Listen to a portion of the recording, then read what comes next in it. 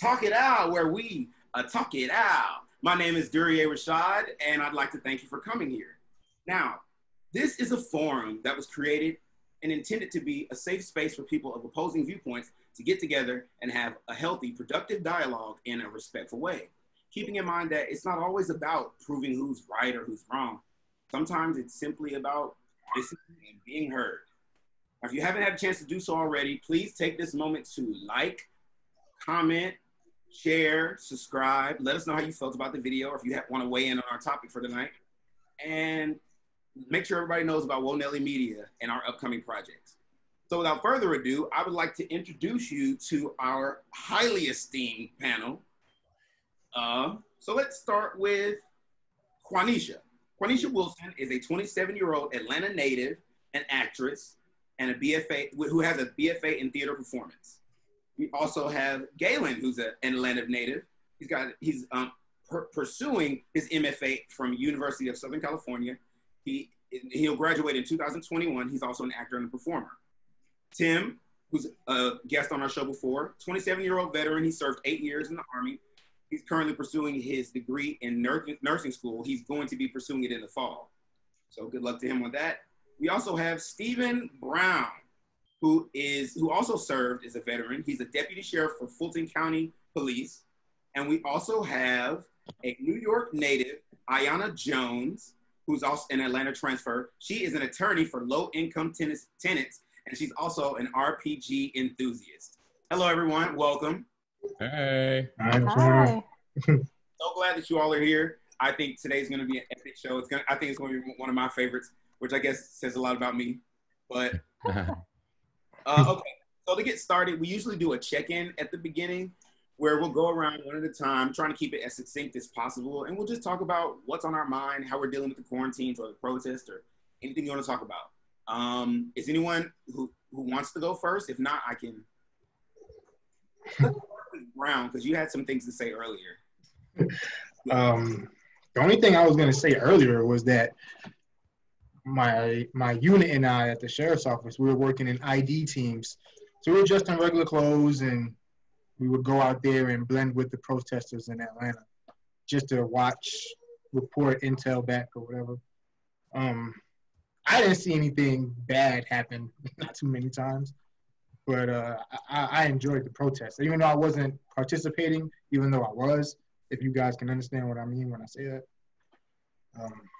It was a beautiful thing to see, but I did, some of the things I saw the very, very first day, as far as having rocks, this is before I was on the ID team. I was in my uniform, I was easily identified. As far as having the rocks thrown at us, which I understood, but I didn't condone it.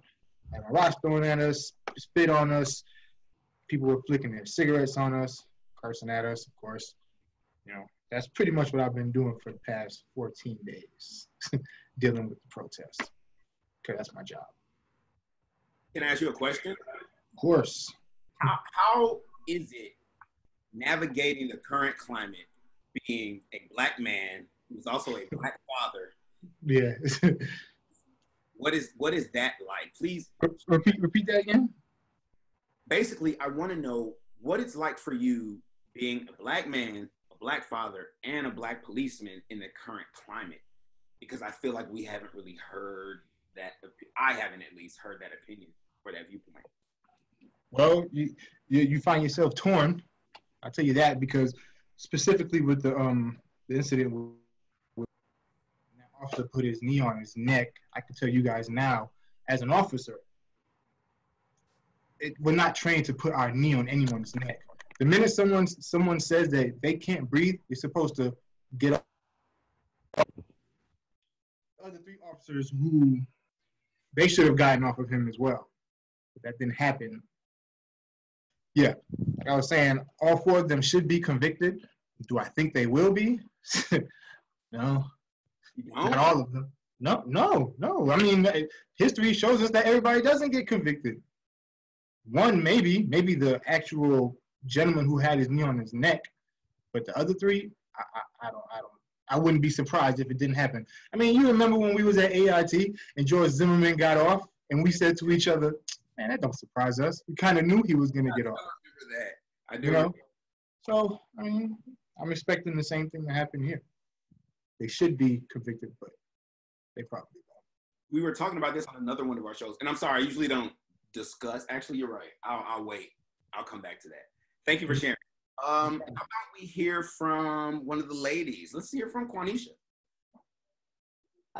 Well, I've mostly been inside during the quarantine because I work from home, and then the only jobs I do outside of home are delivery jobs, so Instacart, Amazon, things like that. So for me, I've mostly just been experiencing the quarantine life. It's been honestly not that different from my regular life, so I don't know.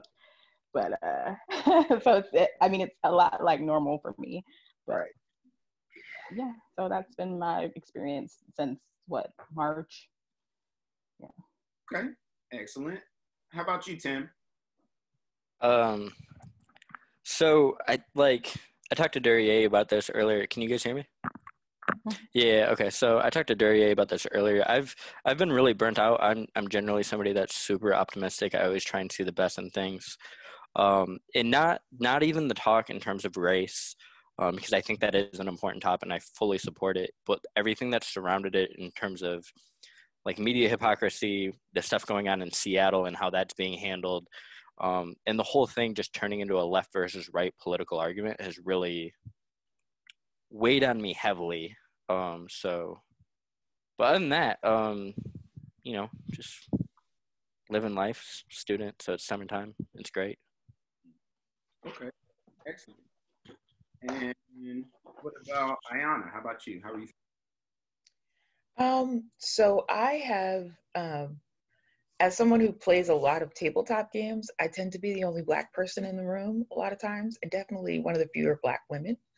And so I have been really encouraged to see the community of white, nerdy kind of living in like Indiana and Illinois and these places where they may hardly ever interact with a person of color step up for different causes. So I just played in a game last week, all women and women identifying, and we raised over $2,000 for the Bail Project to help bail out protesters and help the attorneys work with them. And so I wasn't expecting it from that community because they also tend to be very introverted and very, cloistered. And so to see it has been very, very encouraging. Other than that, I'm a super introvert myself. So quarantine has been, aside from the reason for it, has been absolutely amazing. I've been gardening and making my own wine and making my own beer and hanging out with my kid and Netflixing with everybody. And I don't have to leave my house to do it. It's friggin' amazing. Are you sharing / selling that wine and that beer? The legal disclaimer at the bottom says no. That's what we're gonna say right now. How about that? Okay. Thanks for sharing that. And Galen, how about you? How's everything going for you? I'm doing pretty good. I just came back to Atlanta.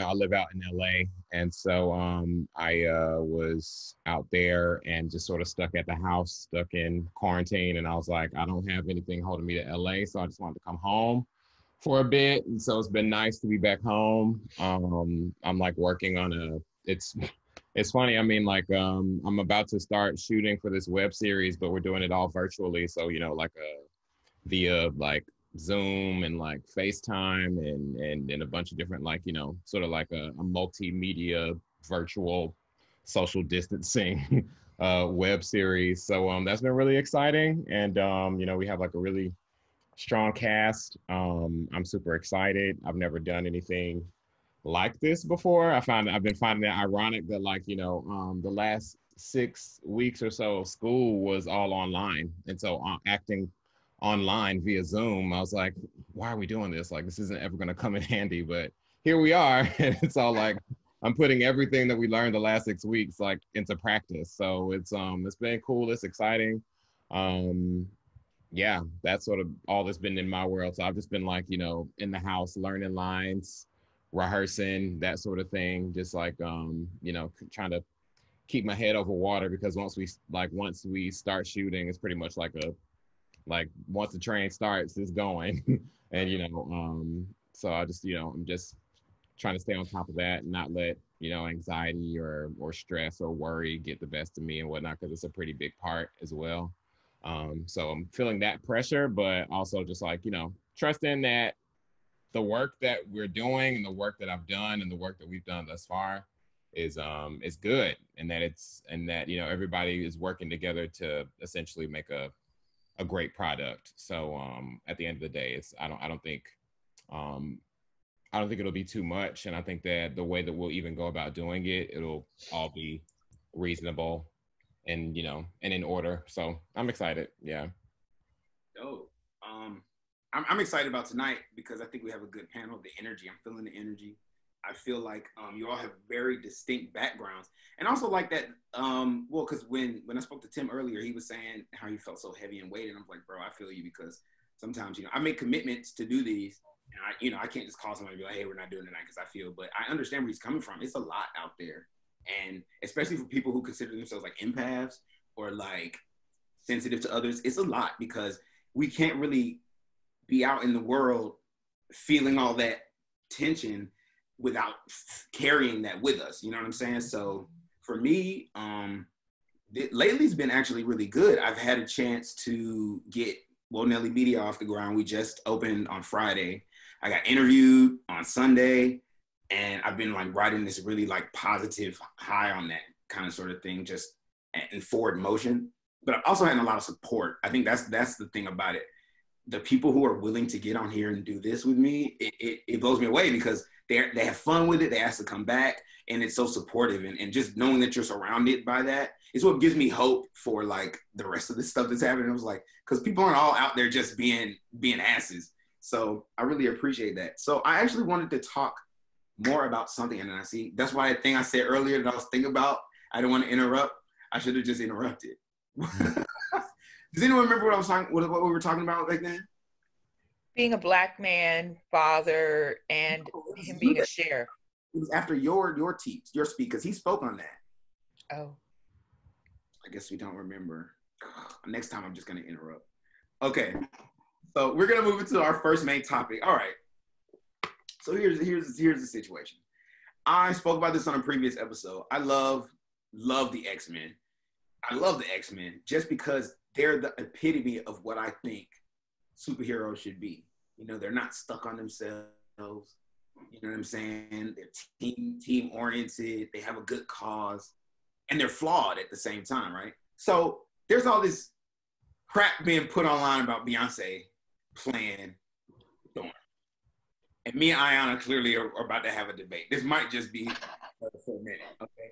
First of all, how dare you say anyone that she can't play that role? That's total BS. That's bullshit.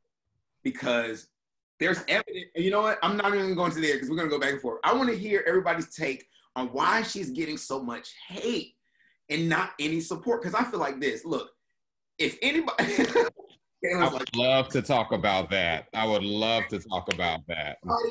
to just preface it with this. If anybody was any woman in the world got asked to do that role that's Black, you think she's going to turn it down? Do you think she's not going to take that role because there's some other actors who can do it better?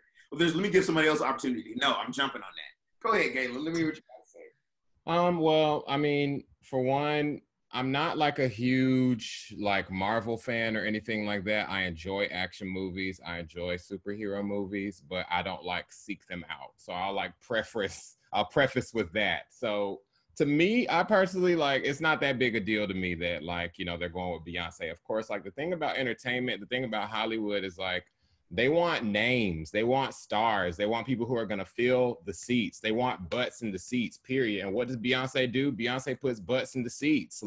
Regardless of how talented she is or untalented she is when it comes to movies, regardless of if she's a good actress or if she's not, you see Beyonce on the billing, automatically you know that you got at least $1 million in box office sales. So that's one right there. And also I sort of feel like people just don't really give Beyonce a chance when it comes to acting, because in the past because Beyonce hasn't been a strong actress, I'm not going to say that she's absolute terrible. I'm not going to say that she's outstanding or Oscar worthy either. Like, I feel like Beyonce passes. She memorizes her lines. She commits.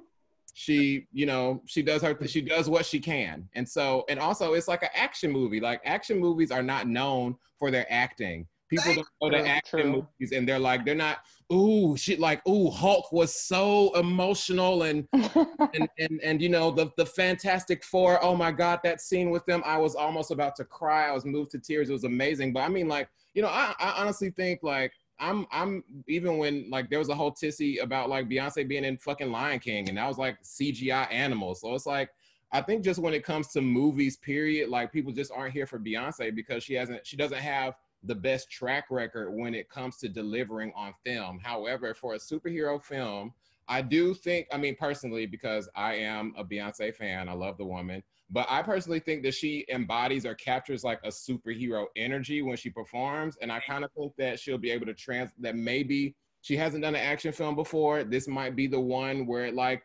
clicks for her. I don't know, but I would like to see it. I yield my Yo, can I ask you a question real quick? Because I actually didn't know about this until earlier. Who do you want to ask your game? Just in general, is it a Storm film or is it like Collective X-Men or? Here's what it is. So basically, like a year and a half ago, or maybe 2 years ago, they started talking about Fox selling their ownership of the X-Men to Disney. It's been in the talks, and I'm guessing now the ink is dried on the deal. And they're discussing how they're going to take those characters and integrate them into these two worlds. Because if you watch the movies at all, the Scarlet Witch. Yeah, there's like loopholes. Yeah, I got you. Her dad is actually Magneto, so they're going to have to try to figure out how to make that happen when her parents are supposed to be dead, and all that stuff. But they're talking about it now, and they say that the way they're going to introduce the X-Men into the cinematic universe is through her and Black Panther, because her and Black Panther are a romantic interest in comic books. Correct me if I'm wrong, Ayanna, because I feel like you might know. Correct me if I'm wrong. So it came out that she's signing this $100 million deal with Disney. Nobody knows what it's for. The assumption was that it's to play Storm in multiple movies. Nobody knows what this deal is for. This is an assumption. And the reason I'm bringing this up is I get mad that there's so much hate about it. I'm like, look, why can't she just win and y'all like be like cool for her? Because if it was anybody else, I just know, Quanisha, somebody came to you tomorrow and said you got to play Storm, but you can't. We only give you $100,000 for it. We're not gonna give you the $10 million. We're gonna give her. We're gonna give you $100,000. I mean, I personally would still do it, but I mean, yeah, I'm still down. But why would you still? I mean, because I'm an actor and if they're giving me a job and it's exposure and they pay me money, I'm about to do it. So yeah, I'm gonna be a part of it. But I think mainly I am a Beyonce fan. And so I would be interested. Now, I'm not going to say I'm the biggest fan of her acting, but I agree that she can pass. She's not the worst actress I've ever seen. Her movies do not drive me to tears like other movies have. So, I'm here for it. I think maybe the problem that people have is they recognize that if Beyonce is involved in the project, it's going to become a Beyonce project and not an X-Men movie. You know what I'm saying? Like, it's gonna, like Lion King, for instance, as small as her part was, that was like all I seemed to hear about it. Oh my God, Beyonce's playing Nala. Oh my, Beyonce's playing Nala. And it's like, oh, she's making the music for the movie. Oh, it's like all these things, and it just becomes kind of all about her. Now, I'm not saying it's a bad thing, because again, you do want people in the seats, and people love Beyonce, so like they're gonna come see the movie. I'm not saying it's a bad thing. I'm just saying perhaps that's one of the reasons why people would be against it. So let me say, I let 3 people talk. I did so well. I saw you itching to say something. You just itching. I'm looking at you the whole time. I have the opinions, but so let me say first, I don't hate Beyonce. I listen to her. I rock out to her. I wasn't feeling some of her songs. Like before I Let Go at first, I was like, you don't remake that. What are you doing? But they was hot. So I was on board. Right. I'm willing to give her a chance. But here's the thing. As a Black girl growing up with Storm as the only real idol that I had, she is heroic to me. Like, I would go to the comic book store and spend my little 50 cents or $1, and I would read about Storm. You know what I mean? Like, I love the X-Men too. I prefer Marvel over DC all day, every day, except Batman. He can get it. But, and he's crazy. I know that. I'm clear. But for me, the problem is they've already messed up Storm by casting Halle Berry. They've already jacked her up. Storm is like Angela Davis energy. Storm is like Angela Bassett, burn the house down energy. In any era, from the 70s to the 80s Mohawk to the future Storm with the side, Storm is fierce. And I get that people think that Sasha Fierce, Beyonce, has that same energy, but she also doesn't have that calm. Like, she doesn't bring that. And I want someone who's going to represent that for me, or I want somebody new. I'll tell you who I want. The woman from American Gods who played, I think it was the goddess Yemaya, where she was sucking men's life energy. She's Nigerian. There's a petition to get her to play Storm if they're going to do it. That would be the perfect pairing with Black Panther. Okay. I'm not against Beyonce acting. I don't have a huge problem with it. But she doesn't have that right iconic energy that millions of us grew up admiring. And if she ruins it after it's already been disrespected by Halle Berry, I'm gonna be real upset. I'm gonna be real upset. And so it's like it's like how people feel about Star Wars. You know, they grew up with it, and there's just a way that they picture those characters. And woo, yeah.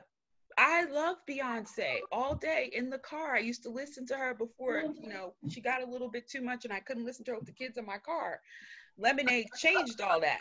But I cannot, please don't do that. I would rather you get an unknown who could work that role out. Like, it's just, she is an icon for me as a Black girl growing up reading comic books that didn't have many Black women to look to. And so, please don't let it be this. Let her try her acting chops somewhere else. Please don't do this to me. I want to hop in real quick just to make one comment before I pass it to either Tim or Brown to hear their response. I want to defend Halle Berry. This is why I want to defend Halle Berry. Look, this is why I want to defend her. There is documented evidence. There's interviews that she has done over and over and over and over again since the first X-Men, where she has said, look, I want y'all to write Storm better. After getting cast as the part and reading the comics, y'all are making her soft. Y'all are making her, everything that you just said, Halle Berry was like, this is how she should be, but they never wrote her that way. And I don't know, I think she kept doing the movies for the check, I'm not sure, but but because she definitely was not on board for how they were portraying. So I don't think it was her. I think it was two things. I think it was the idea that they wanted to make Wolverine the focal point of those movies. And the only way he can be the focal point of those movies is if everybody else was weaker than him. Because in the comic books, everybody else is much stronger than him. So why are we following this guy when he's just can heal? Because if he go toe-to-toe with Phoenix, done. Go toe-to-toe with Cyclops, done. Don't fuck with Magneto, okay? That's a Rizzy rap, you know? But anyway, I just want to say that about Halle Berry. Tim, Steven? I'll jump in real quick because I just got one thing to say. But fun fact, when me and Duryea first met, we had a long conversation at one point about superheroes, superpowers, and I remember him expressing his love for Storm and how she hasn't been portrayed right in movies and stuff. And so, and that was like, what, 10? No, not 10 years ago, probably 6-7 years ago, probably. Yeah, a long time ago. But yeah, fun fact. I just, go ahead, Brown. I personally don't have a problem with her doing it, but if you ask me, if you want my personal preference, I would prefer an unknown because I prefer seeing unknown actors. That's just me. I see Beyonce on TV all the time. Okay. I hear her on the radio all the time. I go to a magazine store. She's on one of the magazines, no matter what it may be, she's on one of them. So when I go to watch the movie, which everybody else is going to do the same thing, I would want to see somebody I've never seen before. You know, that's just my preference. But if they keep her, that's fine too. I mean, she's married to my favorite rapper, so that's a plus. Oh, right. I forget. People from New York love Jay-Z, don't they? Love Jay-Z. Okay, my little 2 cents on it. I wanna say Beyonce definitely can do the calm thing. She definitely can do it. As an actor, I noticed things like my thing I noticed about her way long ago. Every movie that she's in, what she's really good at when it comes to acting is response. If you really watch her, not necessarily, I think what she struggled in is delivering the lines believably. But her response to any and every, basically her and Austin Powers, that's all she did was respond to shit. And it was actually really hilarious. If you catch her eyes and catch her little, all that stuff, and that's really hard to do. That's nuanced, which to me does have the calm. So I kind of want to pose another question. And this is jumping off what Ayana said. Okay, so if not Beyonce, and this is for everybody, who? Pick either one, maybe two. I wasn't gonna do a top 5. I have a top 5. I just posted it on my Facebook. But I know who my number 1 is. I'm gonna say my number 1, then I'm gonna pass. My number 1 is Katarina Graham. Who knows who she is? Okay, who watches Vampire Diaries? Bonnie Bennett from Vampire Diaries. If no one knows who she is, because she has all of that, what you're talking about. She has that fierce, got that calm, got that sweet. And it's my other choice. I have a few. I'm gonna try to remember them. The next one is Madeline Mantock. She plays Macy on the Charm. And then I had, who else? I had Nicole Bahari, who played on Sleepy Hollow, the lead in Sleepy Hollow, Abby from Sleepy Hollow. And then I can't remember my other two. So I guess that's my top 3. Those are the ones I remember. Who would y'all have? Who would y'all have play Storm? I really don't know. Nobody. Yeah. My choice is the woman from American Gods who played the African goddess who was a sex goddess snatching men's souls. That was. You know her character's name? I'm gonna look it up. I don't, but I'll find it before we finish because I've signed the petition. So is the character's name Bill Quee or Bill Quee? Yes, Bill Quist. Yeah, okay. Because when you brought it up, I instantly went to my phone and just started looking it up. But yeah, from what I can see, just from looks altogether, yeah, I would, yeah, I'll do that. There's a girl who I don't know her name. Have y'all seen the new Teen Titans, John? Yes, the one who plays Starfire. Yes. She could do it, but she's been in something else, and she was amazing. They've jacked up Starfire too, but that's that's DC. Or the way they wrote it. The way they wrote Starfire compared to the way the Starfire characters are, I feel like we've hijacked the conversation, but. Starfire is not, but she's still a good Starfire, but it's not the Starfire. The Starfire that's from the comic books is very innocent. This one is not, but that's why I can see her playing Storm, because the original Storm was a street urchin on the streets of Egypt, and that's how she grew up. And so I think she could give that hardcore, but I would like to see it. I'm wondering if they're going to do a young Storm or an older Storm, because I think they each have their own strengths. Young though, because what I read was that Storm, excuse me, Storm and T'Challa are going to have known each other, and they grew up together. They're childhood friends. So whoever she is around his age. So, yeah. But somebody was like, no, trying to get Angela Bassett. I'm like, well, not get Angela Bassett, but they keep bringing her up. Bassett's too old. Yeah, I don't want to say old, but she's not age appropriate. Also she plays his mother, but yeah, and that's the thing. It's like I don't know if maybe What's Love Got to Do with it, Angela Bassett? Like, that would be perfect, But I don't know. I mean, originally, to be honest, because I love Halle Berry. I actually think she's a great actress, but I would have gone for Angela Bassett originally over Halle Berry. And I'm sure I'm surprised they didn't ask her. Okay. Maybe they did and we just don't know it. And we just didn't hear it. Yeah. She's a comic book fan and thought she couldn't do Storm any justice, so she said no. You said Angela Bassett said that? Whatever. I doubt it. Does anyone else have a suggestion for who should play her? No. Okay. I mean, nah, never mind. No. Well, so that's our that's one of our topics for today. I want to talk about that, and actually want to talk. Do I want to talk about that? Yes. So, does everyone know Book of Mormon? What that is? The show? The show. Musical? Yes. Okay. Book of Mormon was this musical created by Trey Parker and Matt Stone, who are the creators of South Park. It is it's a really good musical. To me, it's funny, but there was a post I saw that said, after all of this stuff that's going on socially, should we allow this to be a musical going further? The musical is basically about these two missionaries that go to this place in Africa. And I forget what happens after that. What happens? It's about these two Mormon missionaries who go to, is it Uganda? Yeah, Uganda. Yeah, Uganda. They go to Uganda to try and try to introduce these Africans to Mormonism. That's basically what the show is about. They end up converting the Ugandans to Mormons. The show is sort of known for it's like controversial comedy because some of the songs that they have in it. I mean, I personally think that the show is overtly and supremely racist. And, intentionally so. Say what? I say it's intentionally so, and the only reason I point that out is because that's how all of their humor is, though. Yeah.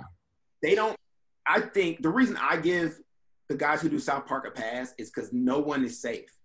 No one is safe with them. They don't choose who they make fun of.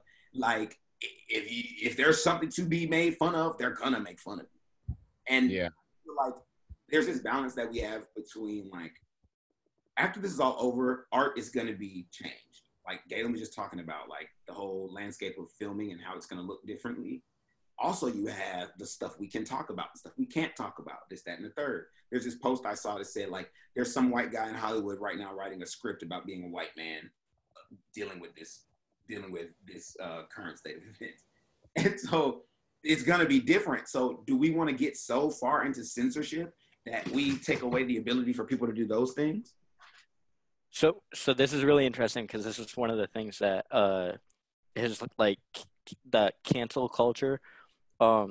It's a really, really, and I know this is a fallacy in terms of creating a foundation for an argument or discussion, but the idea of a slippery slope, if you look back to the French Revolution, that's what they started doing. They started censoring all of their media. They started censoring their books, and their country ended up in turmoil. So I do agree with you. There is a fine line, and I think South Park, I agree with you on that. They target everyone. Nobody's safe. But Gone with the Wind on HBO, they got taken off. Yeah, so it got taken off, and I was that was one of the first movies where an African American woman won an Oscar or an Emmy. I can't remember, an Oscar. But and then so there was a bunch of outcry after it was taken off by other people, and then they said, okay, we're gonna put it back on, but we're gonna put a disclaimer on it and say hey, this has historical context that may be offensive, yada yada yada. I don't know. It's a very interesting topic, but I think that we need to be careful in how we go about it. In just canceling out stuff, I don't think is the right answer. What exactly is cancel culture? So the best example I can think of is UC Berkeley. They had a professor who a white student wrote into the professor and said, hey, we'd like to have our final exam basically removed for any black individuals that are mourning over the stuff that's happening in Minneapolis. No, sorry. I'm drawing a blank. Yeah. In Minnesota. Yeah, in Minnesota. And the professor responded and was no, I can't do that because basically that would be unfair to everyone else in the class. They signed a petition, sent it to the school. He got fired. Really? Yeah, I mean, this stuff has happened all across the United States where somebody, basically a group of people just don't agree with something. and they take it to their boss, or like they shame them on social media, stuff like that. And it's not even like that was an example of like something related to race, but it happens with everything. Brown, do you think that kind of stuff is healthy or productive?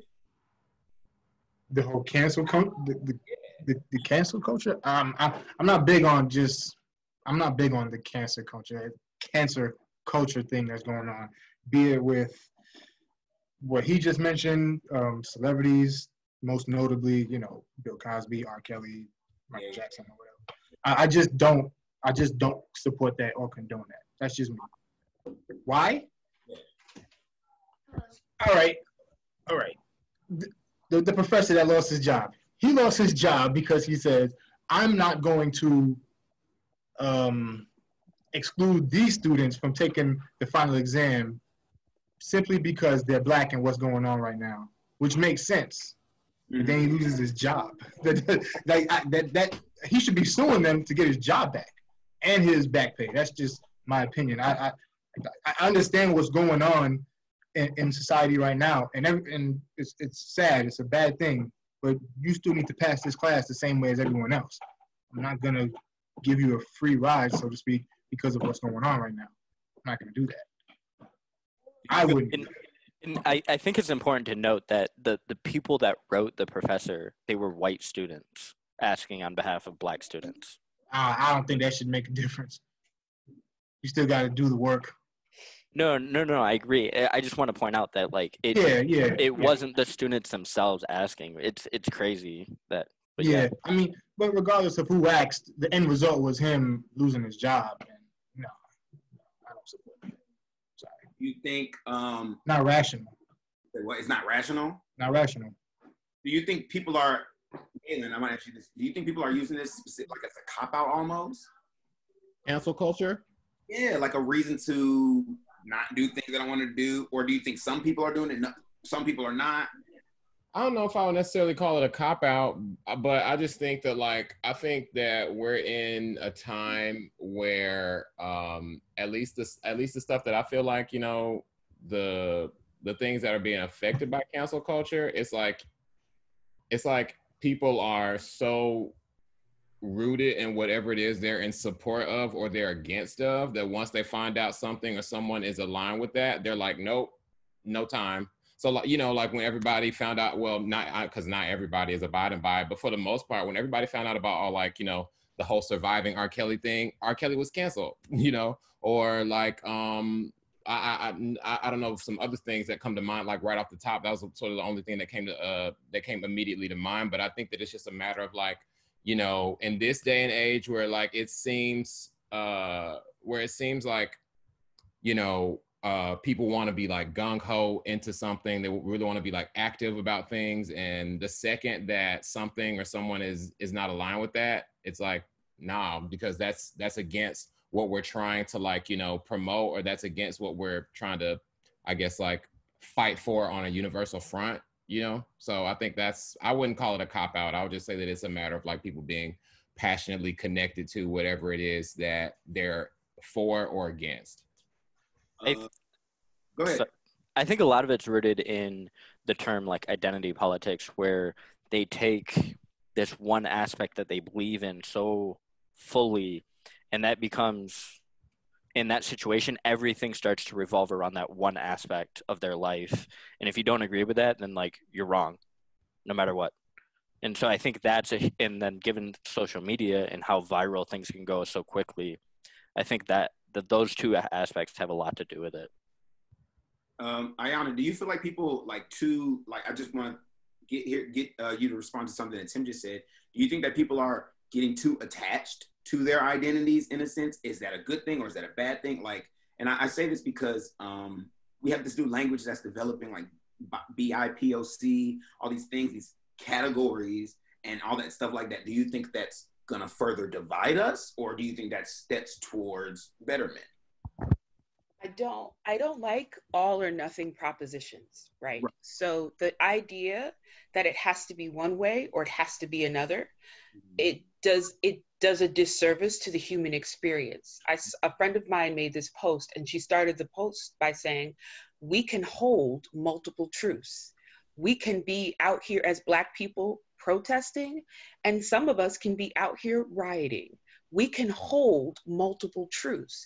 And the thing that I find as I, engage in spaces of debate and have discussions with people is they always want it to be an all or nothing proposition. I think the students that you were mentioning in Michigan should have the right to protest. Do I think he should have lost his job with that being the only thing on his record? No, I think there's a middle ground. I think that them protesting opens the door for healthy dialogue where you can come to a compromise. We are not good at compromise. We are not at all. good at compromise at all. We are not good at having meaningful discussions. We are not good at entertaining anybody else's viewpoint, and we end up clashing over it. So I think that, will it become more divisive? I think we've been divisive. We're just now acknowledging it. So for me, like, these protests that are happening now are a backlash, because you had the meter so far one way where people felt like they couldn't express how they were feeling, boxed in and trapped and limited by their circumstances. And now you have this freedom that they've been given to express themselves. And unfortunately, they're going to the other end of the spectrum. But even when you see things like think of human development, think of toddlers, right? Like, how do they develop? They first learn to let it all out. And then we teach them how to manage, how to dialogue, how to interact, and how to compromise. But somewhere along the way as adults, we've lost that. And now we go back to, everything is, and that's not the way to have a healthy society. So you've got people acting all the way out because it's been suppressed for so long. And what we need are these leaders who can then start to move people back into the center. Fairness is I just did this thing on negotiation tips. You have to start a good negotiation with understanding that fairness is a range, and everybody's not going to get what they want, but everybody is thinking they're going to get all that they want. And so they go into it with this attitude of all or nothing. And that is destructive in and of itself, because that's not how anything works. That's not how anything is accomplished. And we need to learn that there's a range and there's a middle ground. And we need to learn to not be so spoiled, because we're not always going to get our way about everything, but we can get some of our way. And that's how we move the needle. Yeah, I'm sorry, I'm going to jump in real quick again. And I just want to point out that, like I said, I had a lot of reservations about coming on the show, but this is actually really good. I appreciate what you said. I think we need more people like you, and I agree with everything you just said wholeheartedly. And it's good to hear other people say that, and I've been echoing the same things to a lot of people that I know, and it's good to hear other people say it. Before I move to Quanisha, because I have a question for her, I do want to speak on what Tim just said, because his apprehension was like, basically he want to get on here and deal with no heaviness like that, right? But to me, this is not supposed to be that. This is supposed to be an understanding of unity amongst people. Like, hey, if we really just, like she said, if we are ready to have those conversations, realizing that we're not always going to get everything we want, and we go into it like that, ready to really hear each other, it's a different experience. You find out, oh, you actually do care about a lot of things I care about. We just differ here and differ there, and you might not want Halle Berry to play Storm, and I might, you know what I'm saying? It's like that. Quanisha. But we both gonna see the movie. I'm still going to the movie. That's the thing about it. We still gonna see it. Still gonna go, right. I wanted to ask you about Candace Owens. So I was watching last night.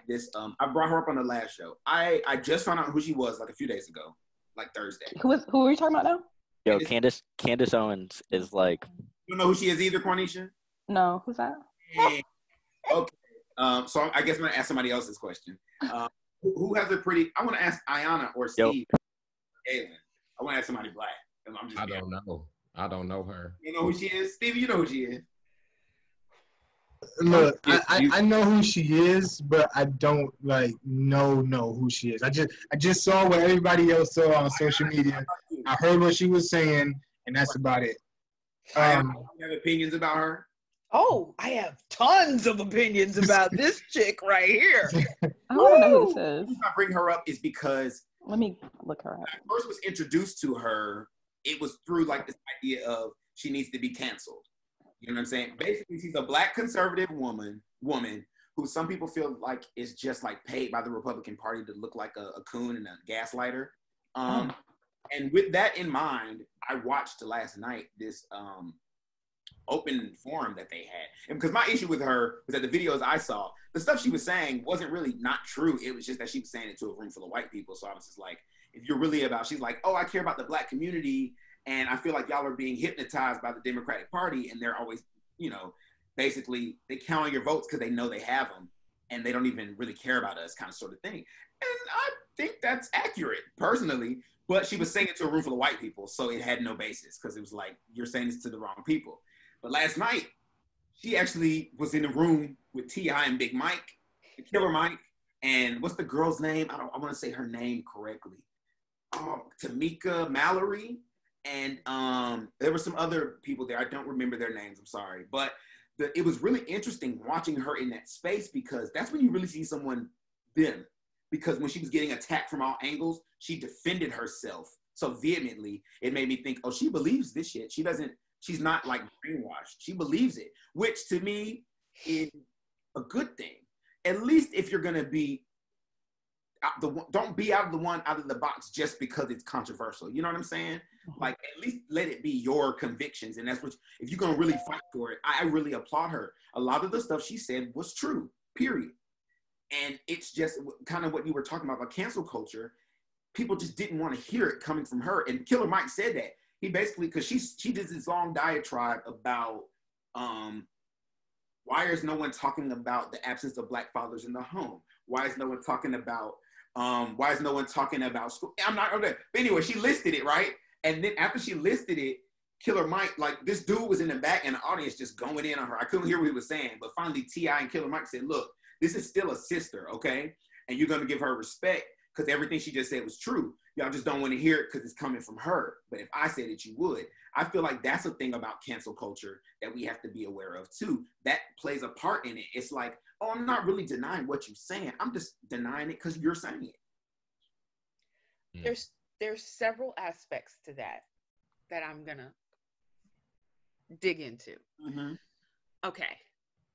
One, you can say a thing and not say the full context and sentence of it, and that makes the thing you say true. Here's my example.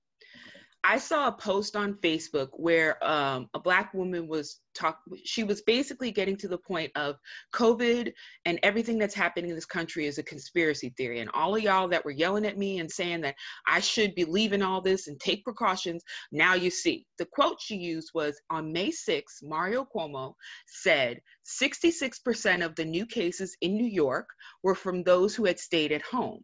And I was like, that sounds true, but there's something about it I don't like. So I reached out to a friend of mine. 66% of the new cases on May 6th in New York of people that had COVID, had developed COVID and were hospitalized from it, were from people who had been obeying the stay-at-home order. Really? Right. So I was like, So I checked with a couple of like my scientist friends because data, which I don't like, because statistics can be spun in a particular way. I said, does this sound true?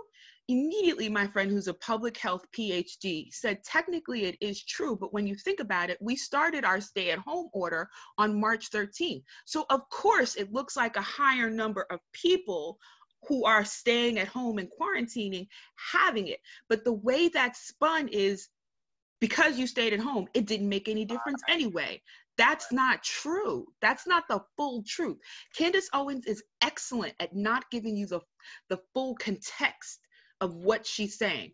The truth is that, like, if you mention that Black fathers supposedly are not in the home, the reality is a report was done in the last 5 years that said when it came to us, they did a survey of Black fathers, how much time they spend diapering, how much time they spend at school conferences, how much time they spend cooking and cleaning in the home. The statistics are that Black men are doing just as much as everybody else.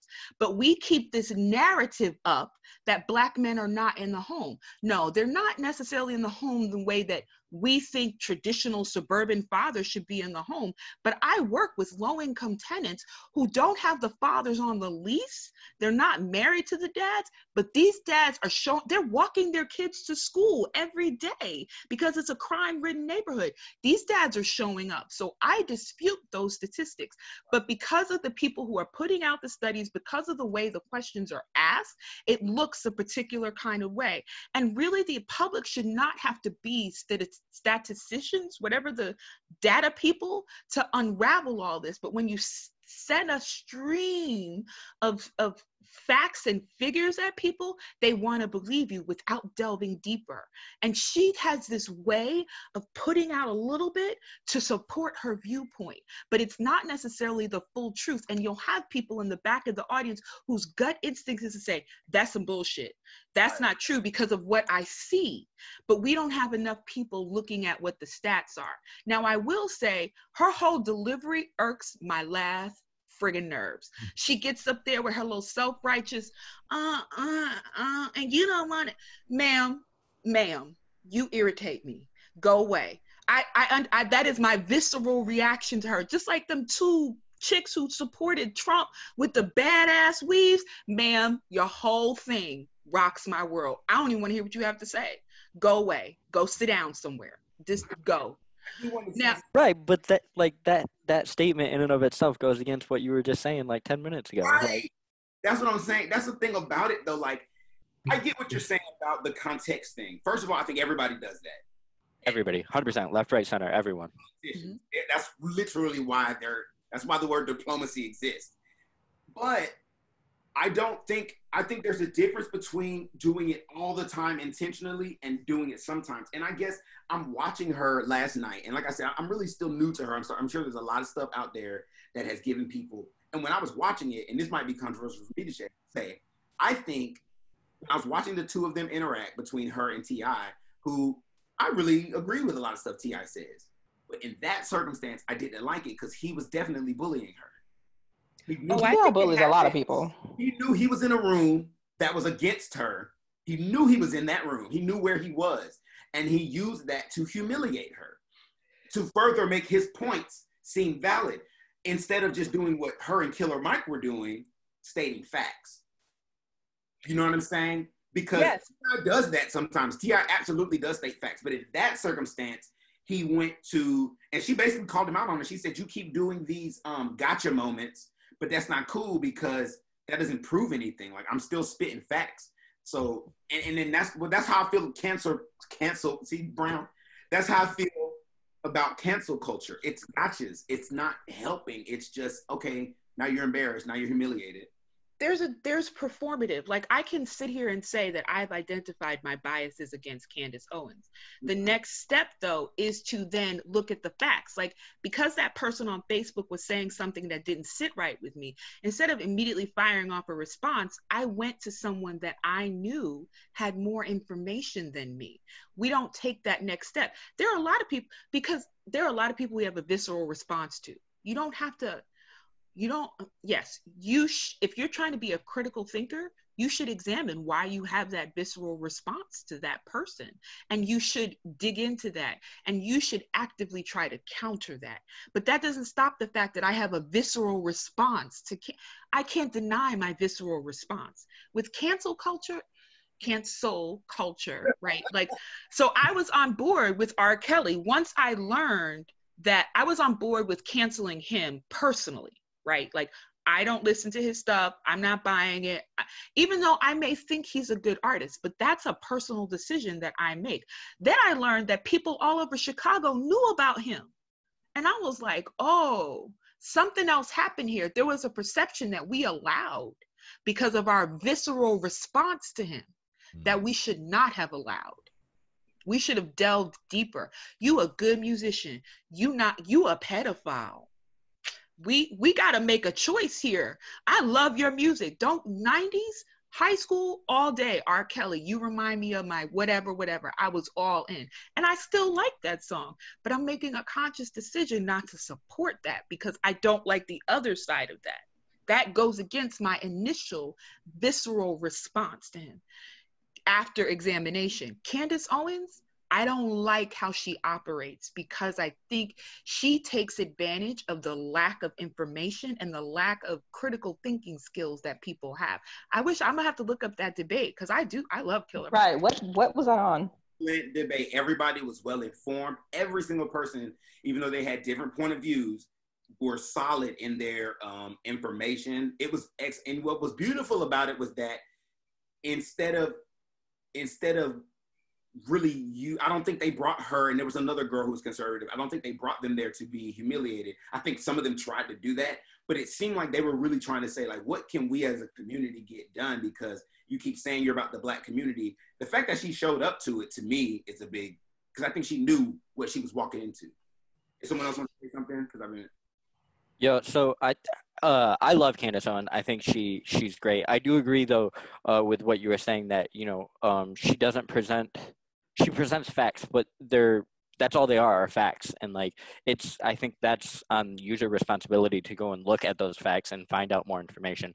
One of her favorite facts is that last year in 2019, according to the Washington Post, which is a far-leaning a left newspaper, there were only 8 unarmed Black men that were shot by police. And that is that I've assumed that to be true, but there's a few loopholes there, right? It's shot by police, and then You're saying as opposed to killed by police? Right. Like in Minneapolis, he wasn't shot, so like that leaves out stuff.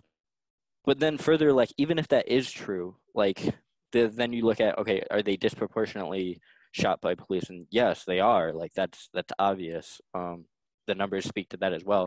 But even this is the second time on this show you said disproportionately, and what I want to do is for anyone who doesn't know what that means, granted they can look it up. But when you say disproportionately, and I'm gonna just say this. So when people talk about those statistics where more white people, and we're not gonna stay on this too long because this wasn't supposed to be the topic. When people talk about how more white people are shot every year by the police than Black people and Hispanics, but they don't consider Black people make up 13% of the entire population.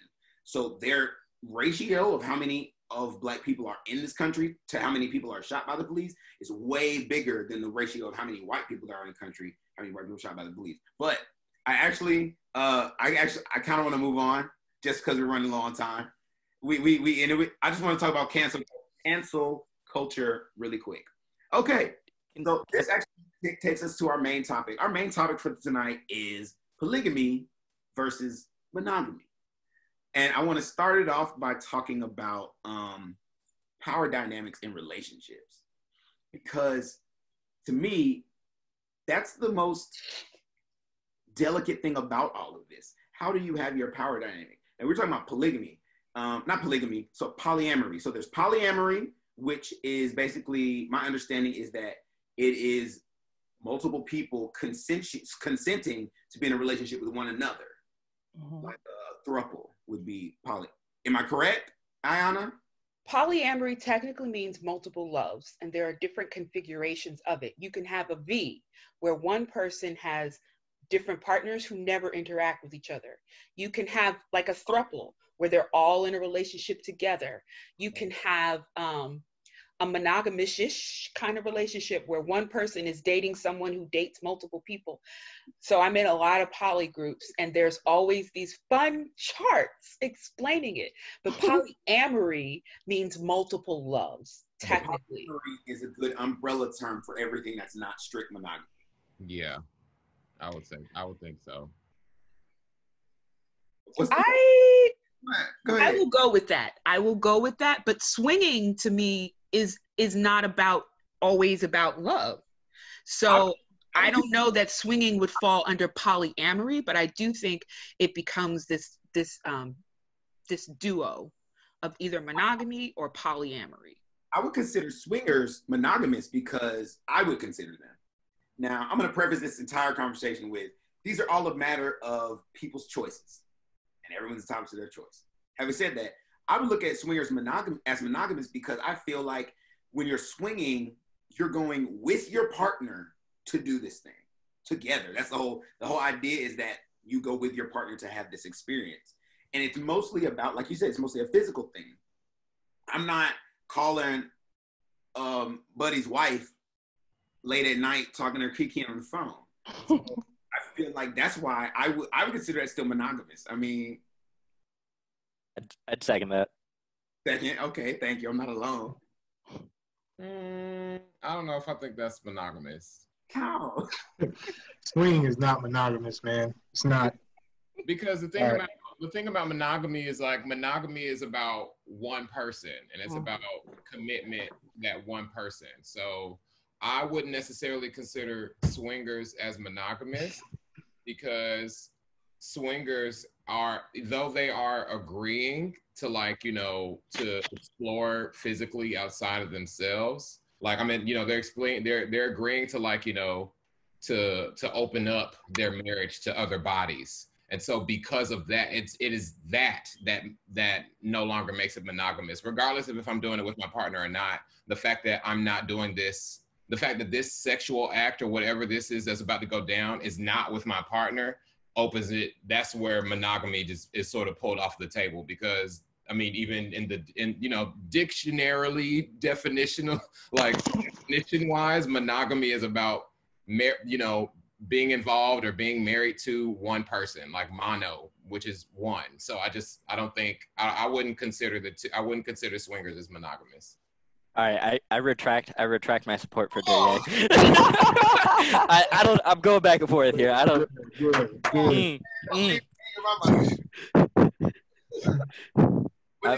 I'm fluid in my position right now. I don't know. Brown, you were trying to say something? Nah, I was just applauding his retraction. That's all. No, before that, because you were going to say, you said something about, look, I feel like there's a difference between monogamous and exclusive. Now, to me, exclusivity, yeah, absolutely. Exclusivity is like, it's just. That's semantics. Let's use semantics at that point. I hear monogamy, I guess, because for me personally, I attach more weight onto emotionality. Is that a word? Emotion? Like an emotional connection. Yeah, essentially. Yeah. It's more importance on that than the physical. Maybe it's because I'm a dude. Maybe it's because I'm just a human being. But I feel like, to me, I can definitely separate physical from emotional. And I feel like the most important thing is to be emotionally connected. Granted, I'm not at all saying that sex can't be an emotional experience or that it can't be like a deeply spiritual one. But I'm saying I would be way more upset to find out my partner was doing the phone thing with somebody than to find out they were having sex with somebody else. Way more upset. Quanisha? Yes, absolutely. I can kind of agree with that, I think, because, you know, when you are at the point when you're having an emotional relationship with someone else or where you feel like you're emotionally cheating with someone else, it's almost, I don't want to say worse, but almost worse in a way, because then you're mentally not even there in the relationship. But I do want to go back to the monogamous thing. I looked it up. I had to. I need the technicalities. Monogamous, having a sexual relationship with only one partner at a time. So swingers technically would not be. Oh, it does say sexual relationship. It does. It does. Okay, that changes it. It's the second one down, but it's there. So technically, I'm sorry. It's the Virgo in me. Okay, I needed it. But it's crazy. Okay, because the first question I was going to ask is like, you know, so polyamory versus monogamy versus polygamy versus open relationship. To me, if you don't want to say the answer to this question, you do not have to. But I'm gonna tell you my preference is generally an open relationship with one person, where the openness would come in, where we'd be able to have other sexual partners, but everything else would be just strictly me and that person. The reason I like that most is because I don't expect human beings to physically only crave another human being. To me, it's illogical to think that I'm going to walk around every day and only be like, oh, mine is the baddest one all the time. No, it's not true. I mean, you can say it, but that's my personal opinion is that it's more likely that you're going to see somebody be like, oh my God, they're so attractive or whatever. So I would rather keep the physical stuff open and the emotional stuff contained. Close. Yeah, I agree with you in the sense that it's illogical to think that as human beings, we won't be attracted to anyone else ever, that the person that we're with is going to be the only one that we ever desire. I think that's totally illogical. I agree with that. But my personal preference is monogamy, because then that's, to me, a choice. You're saying, look, I choose you. You know what I'm saying? Even if you don't feel like the baddest person on the planet all the time or whatever, even if there's 400 girls more attractive than you, whatever, you are the person that I want to be with, that I'm choosing to be with, that this is what we are going to do together. Like, I would much rather have that, because then it just feels more, I don't know, it feels special, I guess. It feels like you're being chosen, as opposed to I can have my choice of the week and I will. Took the words out of my mouth. I was gonna say the same thing. I think she hit it on the head, where it's just like like monogamy, at least in my relationship, like I don't expect my wife to not ever think another man is attractive. I just expect her to, choose me in terms of placing the value of our relationship above everything else. And vice versa, the same way, the other way around. So you don't think that if your wife came to you tomorrow and was like, you know what? And I don't know, I'm not this. She wouldn't say this to you. She wouldn't say this to you. It's really, I mean, maybe, but I doubt it. But anyway, tomorrow was like, hey, you know what, Tim?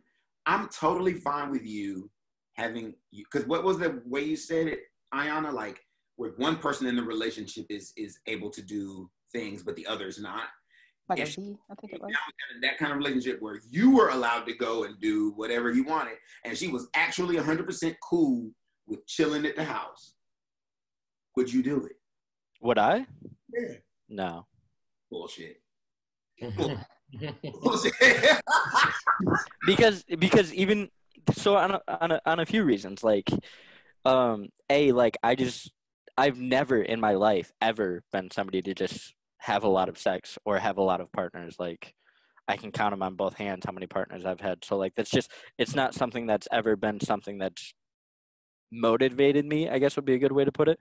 But then secondly, like, no, I just value, if there was like a 0.01% chance that it could interfere with my relationship with my wife, like I put the relationship with my wife above everything else, and so it wouldn't be worth it to me. If you were anybody else, I would not believe it. I believe you. Man, shut up. Dude, but if you were anybody like,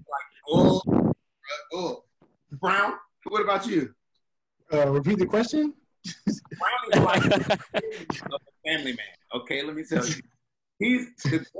Your wife is the same girl you were dating when I was in. I wasn't dating her when we started basic training, but remember when I would go on the phone I know. at 8 o'clock to write up to bed call, whatever they called it?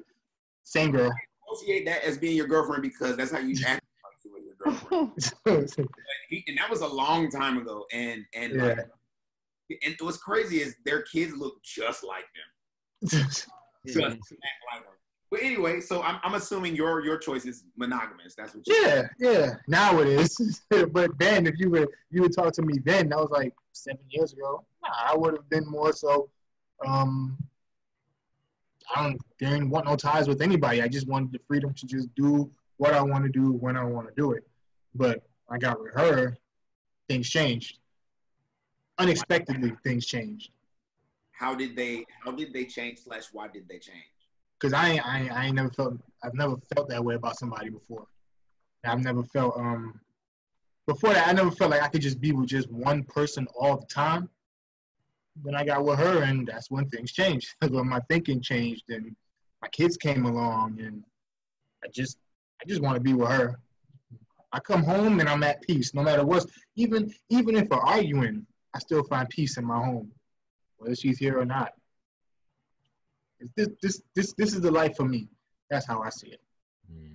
It is for you too. You just don't know it yet. Ooh, you. Let me tell you. And maybe it's not, but that's okay. If that's what you want. Very true. I second Brown's motion. I don't have monogamy at all. Like, I have no problem with monogamy. My thing is this: like, I don't want to be lied to. I've said this so many times. Like, that's really the one thing I don't want to be is lied to. Like, don't lie to me. don't lie to me, don't lie to me, don't lie to me. You know what I'm saying? Like, don't lie. Why are you lying? Because I feel like I'm such a like easy person to tell the truth to. Like, I'm probably not gonna care. I'm probably not gonna get mad. I'm probably gonna be understanding. Yet they always fucking lie. Always lie. Why the fuck you lying? Certain people in the world who just have to lie. You know what I'm saying? Like, it doesn't make no sense. Like I told you, I'm the type of person, like, when I meet a dude or a female, now females are different. I will say this. When I'm interested in a dude, no questions, we're not going straight in from single to monogamous. It's not happening. Period. If it's a girl, I would go from single to monogamous with a girl. Expound on that, though. You want to talk more about? Yeah, I don't understand. That kind of feels like, I mean, well, yeah, just curious, like what is it that like separates the ability, like, you know, why wouldn't you be able to be like single to monogamous for one, but not for the other? I'm Duryea, before you start, is that a you thing or is that a them thing? You mean, is it a choice that I make, or I don't know what you're asking? Like, are you finding that to be like a decision that you actively make, or are you just finding that to be in general It's a me decision. At the end of the day, like, after my experiences younger, when I first started dating. Now, granted, I've been single for 10 years, literally 10 years, and because I'm the type of person who, like, if I start to date you, if we get to that title, that means I've been around you long enough to feel like, you know what, you're the kind of person I could see myself growing with it. AKA, I could see us life partnering, marrying, whatever. Not necessarily saying that, like, I'm looking at you as my wife or husband that quick, but just saying I can see that as possibility. So for me, I feel like this. If you're a dudes never honor the open relationship. That's why they never honor it. Like, they're gonna tell you that they're not always, but it's gonna be like, oh yeah, let's be monogamous, because they don't want me to be creeping. That's what they don't want me to be creeping. When I'm like, I mean, you can creep if I can creep too. They just don't want me to be creeping, right? A female, for the most part, there are girls who cheat. If you ask my brother, all of them do. But my thing about it is just like, to me, I feel like women attach sex to emotions more. And I could be wrong. I could sound like a complete chauvinist, and that's not my intention.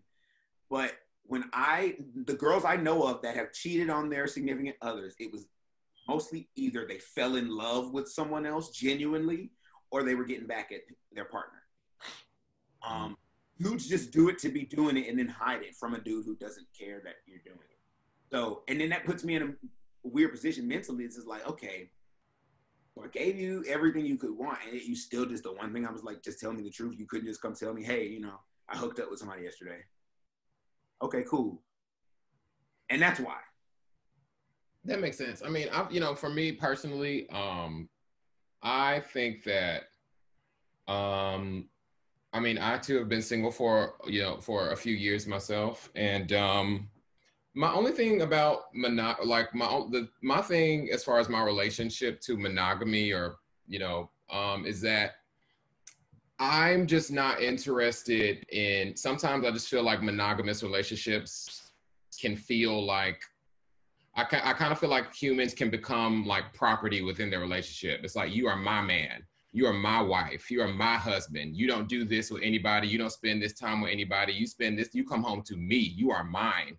And so my thing is like, I feel that love is actually liberating, and love being liberating and freeing is just like, I recognize that we are two human beings. And I recognize that, I personally don't think that humans are naturally monogamous. However, I do believe that there are people out there that are supreme matches, like, for Brown, for example, like, he found his wife and he doesn't want anybody else. Like, I do believe that that monogamy can be healthy and true and 100% authentic in those sort of situations where it's like, I'm so good with this one person, regardless of how you change or how we evolve together. I want to evolve and change with you. I think that is a total thing. But like, I think personally is like, I just, I feel that like if in a monogamous situation and attraction or physical stimulation or whatever, like whatever is sort of presenting itself as a roadblock or as a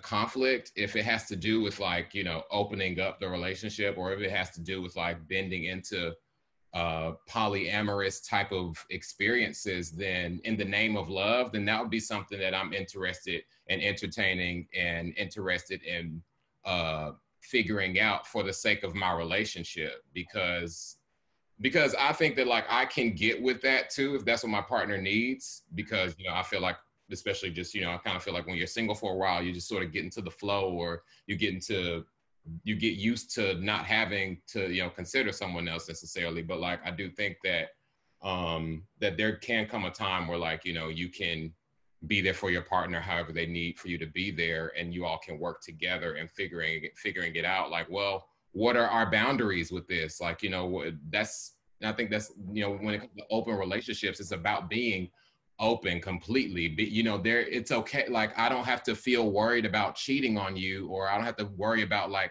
creeping on you, because we've already had a discussion about, well, where do we draw the line? You know, what is the line where it's now considered cheating, or where, you know, where do things start to blur? But, you know, in the open relationship, you already have those conversations up front, you know? So that's what I think. So this is a question to the room. So would any of you specifically, I'm sorry, Ayana, we didn't get a response from you. So I have problems when polyamory gets associated solely with sex, because I think the breadth of human relationships is amazing, and I am learning that, right? So for me, I have several friends in my life that, like, I have one friend who is not bi. She only likes men. She's strictly heterosexual. But the relationship that she and I have, as far as emotional support, the physical, like the touching and the hugging and the cuddling, that sometimes I just need it without sexual energy. The support that we give each other, I consider myself to be in a platonic relationship with her, right? But then I also have someone that I'm dating long distance.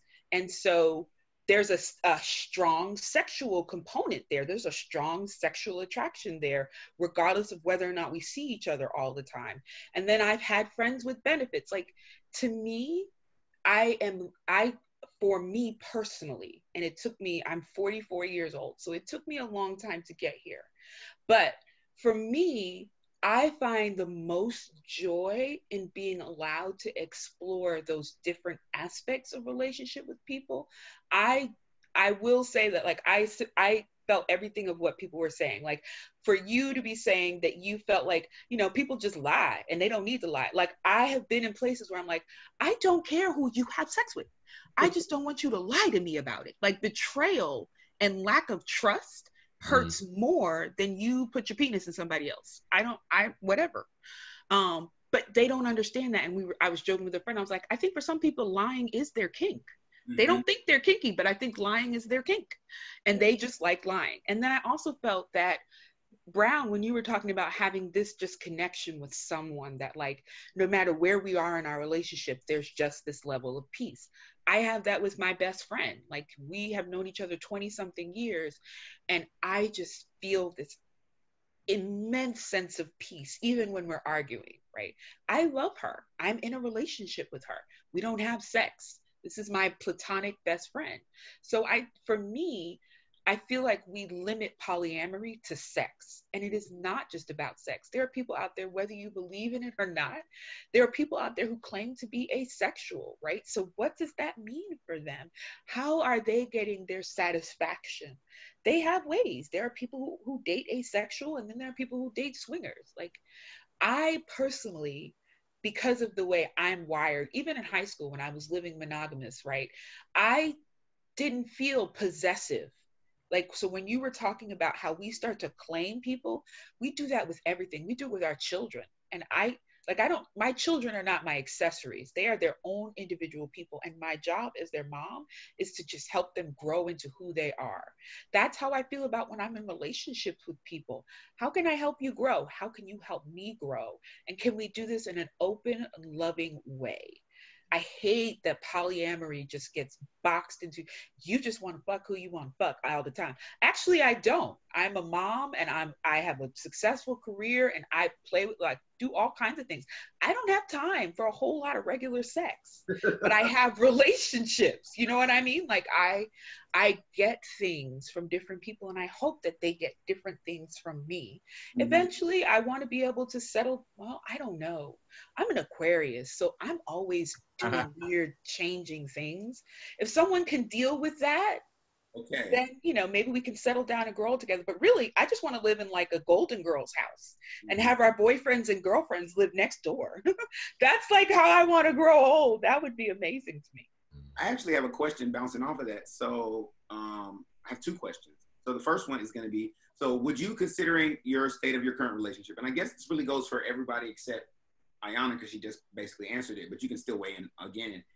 Would you, in the long haul, okay, because it's like, all right, we're married, we're going to do this for the next 60, 70, 80 years. So let's say 10 years, 20 years in, the sex is just not there for whatever reason, right? Would you be open to changing your circumstance is the question. And I ask that question because I feel like I don't think it's logical for someone over 60 or 70, 80 years to always be in the mood to have sex with the same person. And I do think that's where a lot of people end up swinging. It's like, you know, we really have a great relationship. That whatever that extra thing is just not there anymore. And I think people have that in and of themselves. Like the stuff I'm just being clear. The videos I watched when I was younger are not like the videos I watch now, okay? You know what I mean? So, dang, we got a little older, got a little seasoning on you, okay? So, my point is, since your appetites grow and change, doesn't it make sense that your partner and your taste? So, why do you think this is how I want to ask it? Why do you think when couples when people want to introduce something new, it's sometimes met with that like whether it's just leather wits and chains or whether it's another partner or bring it, you know, what is that? Talk to me about that. Anybody can go. I think it's, you know, I think it becomes personal, or when it's probably not personal, but I think naturally, you know, when it comes to, if let's say my hypothetical partner is like, babe, you know, we've been rocking it for 10, 15 years. But I kind of feel that things have, like, you know, sort of reached a drought or whatever. I just want to, like, you know, spice it up a little bit.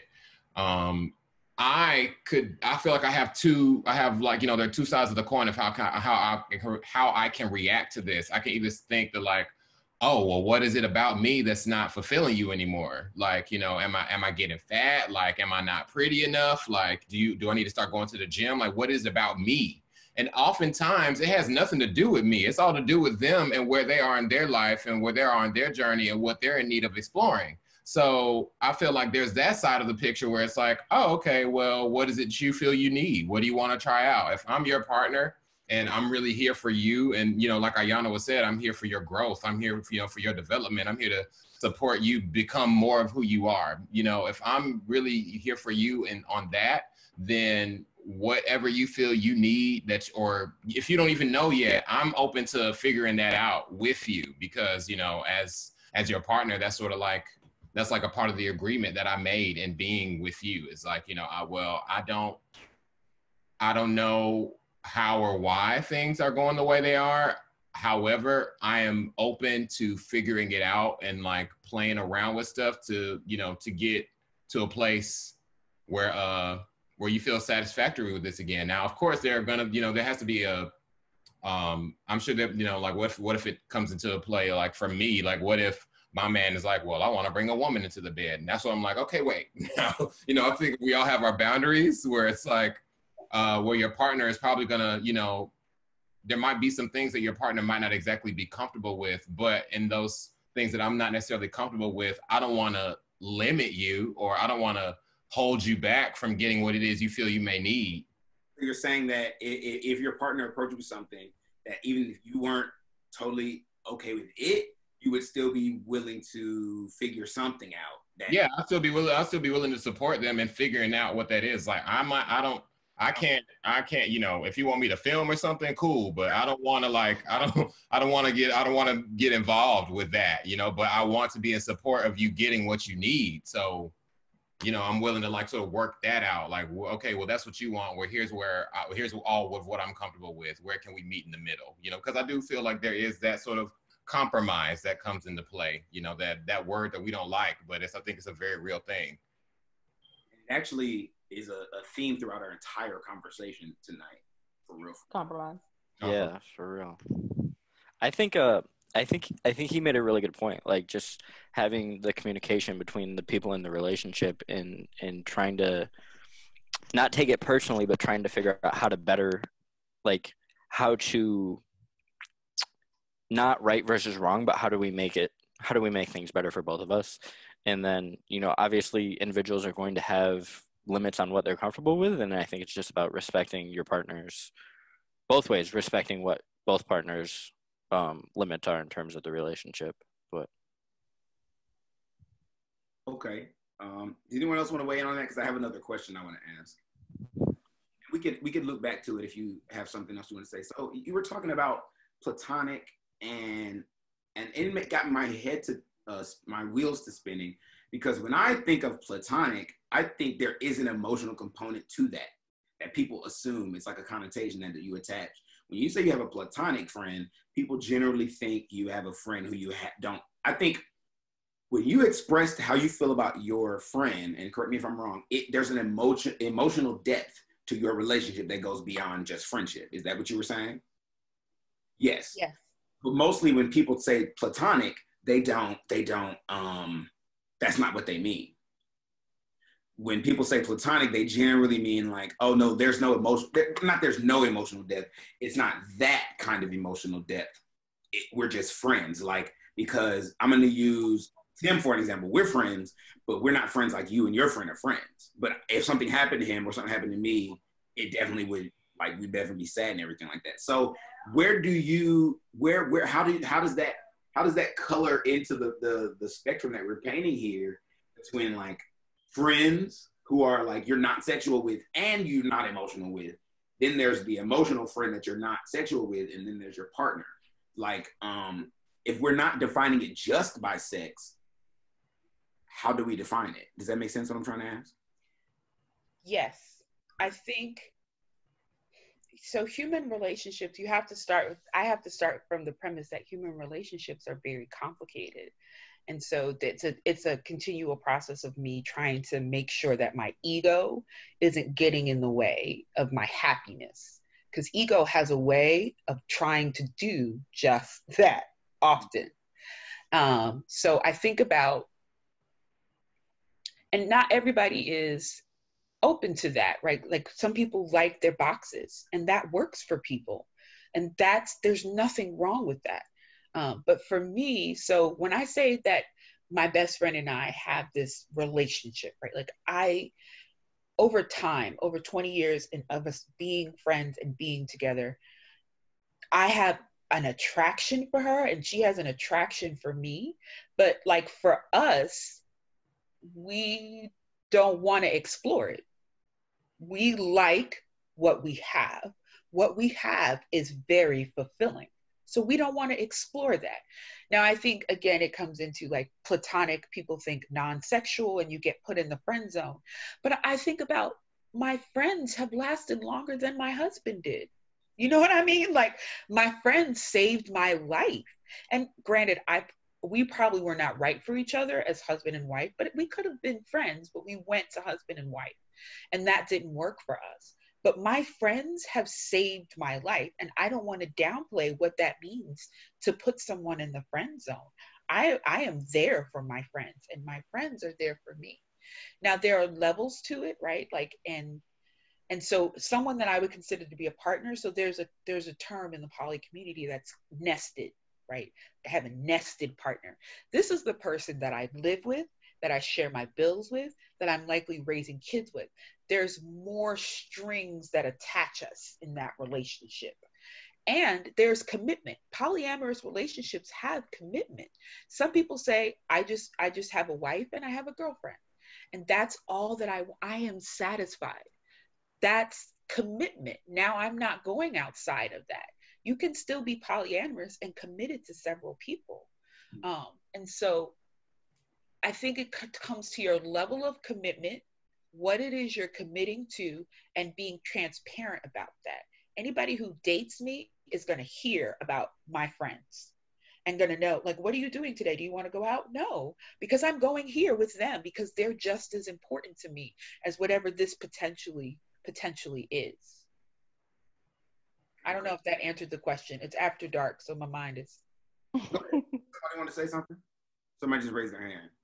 Yeah, I was just gonna also say too that, like, I think that, you know, in there are platonic relationships, yes, but there are also, like, I mean, I think too that, you know, intimacy comes into play with those sort of relationships of, like, you know, that you can have an intimate relationship with someone that isn't necessarily physical, or, you know, you can have an intimate relationship with with platonic friends. And I sort of feel like within those like what Ayana was saying about, you know, friends who have, like, who know you, like, you know, who see you, who hear you, who hold space for you, who hold you dear. Like, you know, of course you're not getting deep and revealing all of yourself to all of your friends, but there are, like, you know, like a best friend, or, like, you know, a lifelong friend, or like I do think that there are certain friends that you have, or that we have intimate relationships with, and those are sort of like the friends that, you know, that make it to the groomsmen or the bridesmaids. Like, you know, they're like the ones who are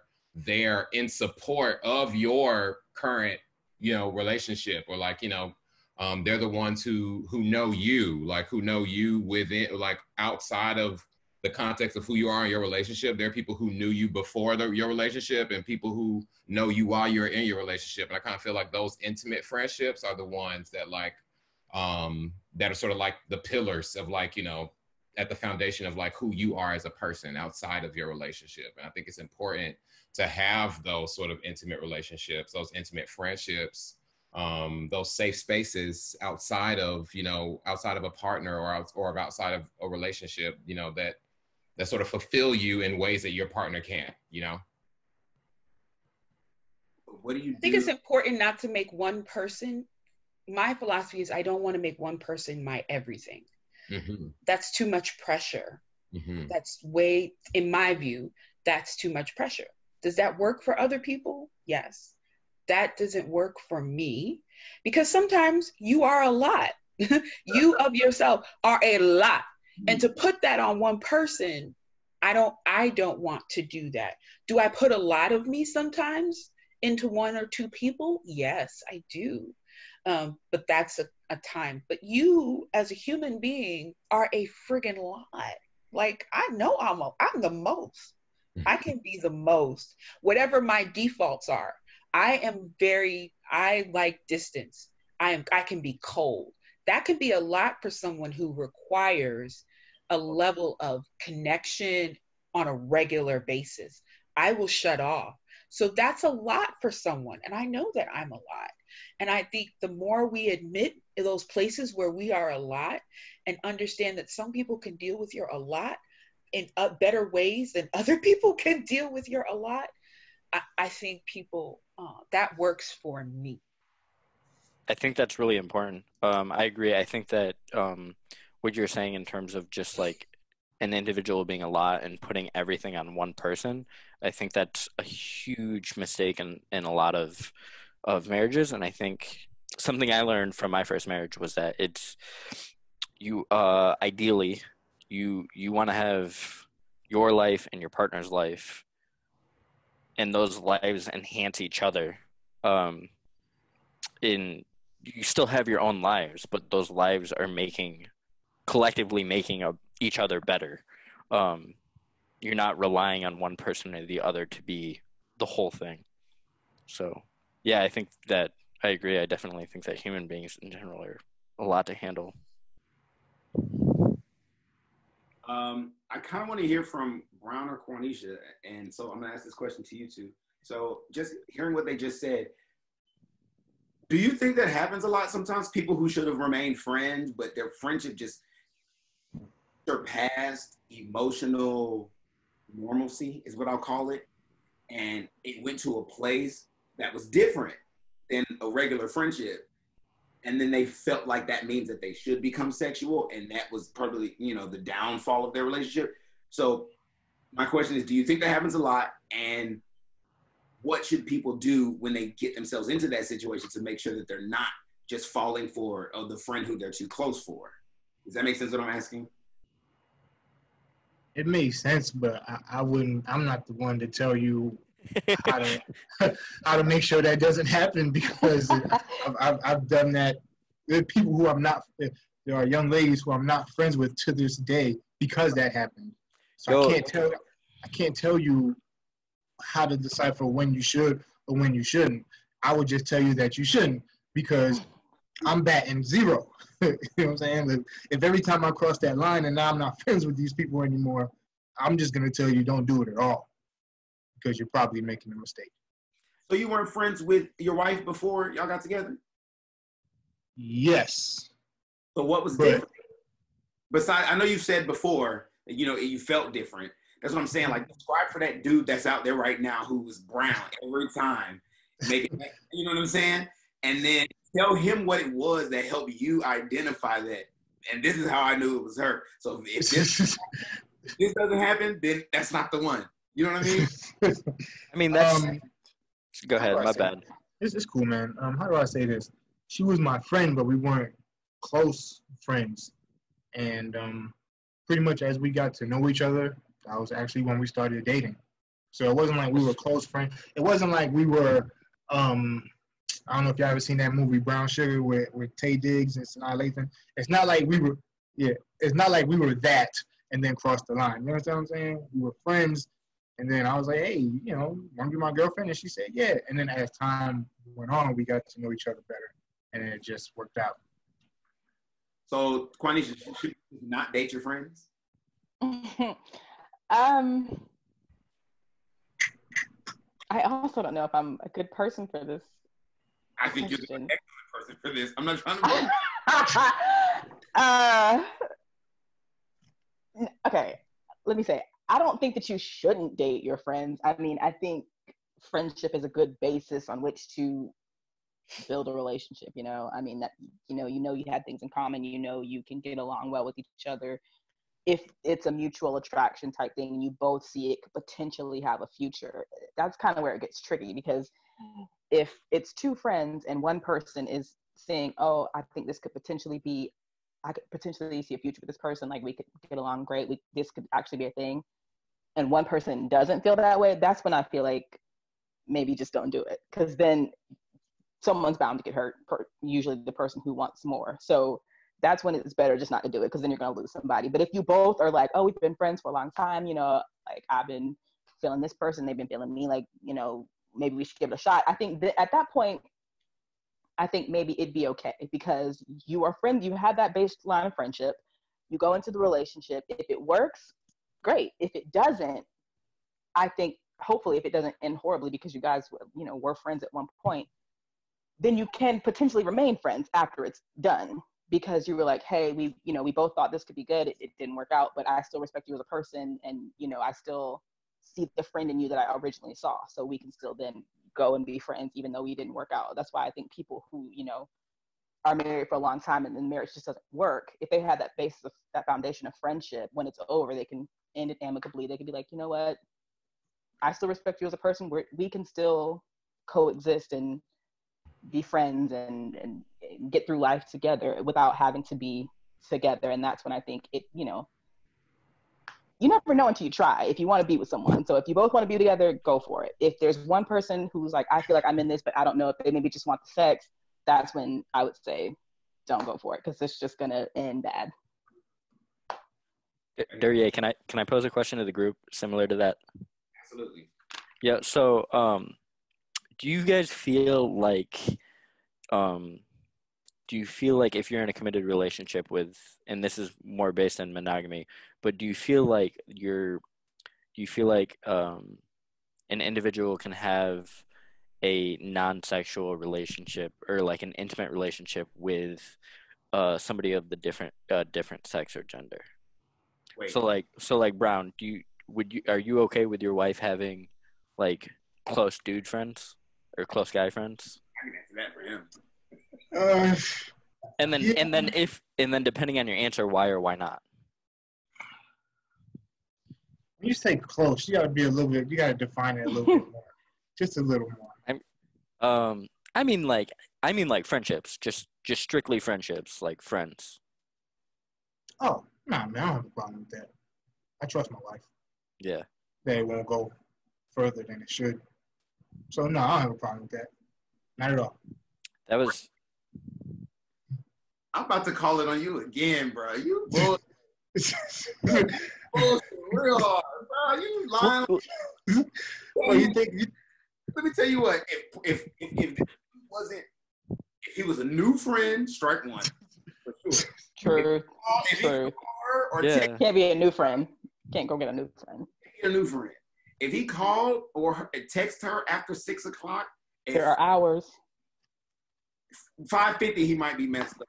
I feel he's not playing none of them games. Like he's not. His wife ain't gonna have no male. Does your wife have male friends now? No, no. See, I know what Brown's saying though, and this is something that like that changed in my relationship. In like I used to be 100% against it. I was like, nah, like fuck that. Like dudes and chicks can't be friends. That like they can't just be friends. Like one of them is going to develop an attraction, especially if they have any sort of close friendship. But then as me and my wife got into, we furthered our relationship, I started to trust her more. I still don't trust them, but I trust my wife not to put herself in a bad position, I trust her not to make bad decisions. I trust that she values our relationship, stuff like that. And so I think I know where Brown was coming from. Do you trust that your wife, because I feel like people are, when it comes to emotions, sometimes they sneak up on you. So do you feel like your wife, after hanging out with this dude and she realizes that she has those emotions, would cut it off? Mm-hmm. That's the real question. Yeah. I think that's the risk you run with those type of situations is like, yep, with this person, they're your friend, everything's cool, yada, yada, you. And then even if they're not necessarily your type, after a while you realize, but goodness gracious, look at them jeans. Oh my God. And then after a while you find yourself attracted to this person, and then you realize that you're loving this person, and now I have to cut this person out of my life because I'm married. Do you think but that your specific wise, I'm talking about people in general are really capable of doing that? Because that's basically what you're asking. Because I feel like people initially are going to deny it. Oh no, I'm not in love. No, I think I know what you're saying. I think that it like at that point, like they need to make the decision way sooner. But like, how do they know to make it? You just keep people at a distance, right? Like you can't develop feelings for somebody if you keep them at a distance, right? They're not a friend then, they're an acquaintance. Y'all know. Yeah. Okay. Fair enough. Yeah. Because like me and Quanisha, we're friends, but me and Quanisha, that's not where we are. But if it did start to happen to either one of us, we would know it. Our feelings. Right. You know what I'm saying? And you're saying the only way to make that happen is to have the distance. And I can see that, but someone I'm distant with, I wouldn't call a friend. Okay, so I didn't mean like distance, like, like being cold. I just mean like you keep that person at a certain range to where you just know where that relationship is, and that's where it's gonna stay. I don't know. I think it's just important to have boundaries. I do believe that men and women can be friends. I feel like if I have known this person since, however long we've been friends so long, and now I'm in this new relationship, I'm going to still be friends with my friend. Like, I've known this dude for 20 years. I've known him however long, but there are going to be boundaries. Like, I would want my partner to respect the fact that I want to go hang out with my friend, but I also would not be hanging out with my friend, like, 12 at night, or like late night, or overnight, or, any sort of inappropriate thing, because as you said, feelings can develop. You could just be chilling for and the next thing you know, it's late night, you guys have a couple drinks, having a good time. Next thing you know, that's why there have to be boundaries. So you can totally have friends. You want to go hang out with your friend who's a girl, go for it, but at the same time, don't be trying to hang out late night. I don't want her texting you at 2 a.m. with a funny joke. Like, there just have to be boundaries to it. That's all. And then there has to be a level of trust. So if there's a level of trust, and then you're both willing to respect the boundaries with the opposite sex, or even if it's the same sex, if there's sort of attraction there still need to be the same boundaries. So as long as there's respect and boundaries in place, I think, why not be friends? It's totally possible. Just don't throw yourself into temptation, Don't put yourself in a position where then you are emotionally connected because you've been spending all this time together, and now this person, you suddenly realize you love them. Like, don't set yourself up that way, or your partner that way. Galen, you want to say something? And after this, we'll go into our final thoughts. Yeah, no, I was just going to say, I feel like you can have, to say that, I think that question is sort of is under the idea that that attraction is present within this friendship or within these closer friends. Like, I feel like anybody can have a close friend of the same or opposite sex and there be no attraction there, and because there's no attraction there, it's safe ground. Like, it's, I think it's like sort of free reign to be like, yeah, go hang out with them as much as you want, because I know that y'all not into each other. Like, you can have like an intense or you can have like a great emotional connection without any sort of physical attraction. And I feel like the void of that physical attraction is sort of what keeps your own relationship safe, and in making your partner aware of that is like, ain't nothing going, like, that's friend. That's like friend. Like, there's no possibility of like it turning into something else. So I kind of feel like unless like attraction is under that umbrella of like, can your partner be friends or of the opposite sex? Like, I think that sort of implies that like there's always attraction involved when it comes to these other friendships or relationships. That's all I want to say. Awesome. So yeah, we're getting close to time. So this is the time in the show where we like to do final thoughts. Just be like a little quick blurb on what you took away from the conversation, what you want to leave the audience with, or just how you're feeling at the end. So does anyone want to go first? Alrighty, I will go with. Just have Ayana go last because she's had some profound, fantastic thoughts and reflections. So she can go last. You my friend now. You're my friend now. So let's do Quanisha first. Okay. Final thoughts.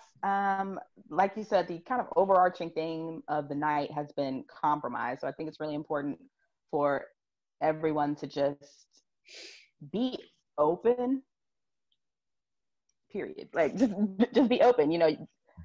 When you hear things, research it yourself. Kind of learn all sides and be willing to admit, hey, maybe I wasn't right about this. Maybe I can give an inch. You give an inch. We can meet in the middle. So I think it's just really important to be open to change and be open to giving up a little bit of what you want so that everyone can be happy. Thank you very much for that. Brown. All right. I'm going to reference back to the question you asked me earlier as far as being a black man, black father, black officer. I will say this. When my kids can comprehend what I'm trying to tell them, I will explain to them the procedure that you need to follow when you're pulled over by the police. Not so much in the sense you need to do what he says, but just don't give him a reason to F with you. So you get pulled over, make sure you can see your hands, make sure you're as compliant as possible. That way you can walk away alive so nothing happens to you. Hopefully things will be different, hopefully. But Hey, man. I hope so. Okay. Galen. My final thoughts are, I think that be it polygamous or monogamous or whatever, I just think that love is love, and connection and trust are sort of what's paramount, you know. And as long, like sort of what Quanisha was saying, you know, as long as you're open and honest and trusting, that, like, you know, I think any and every relationship can flourish under those pillars. Excellent. Tim.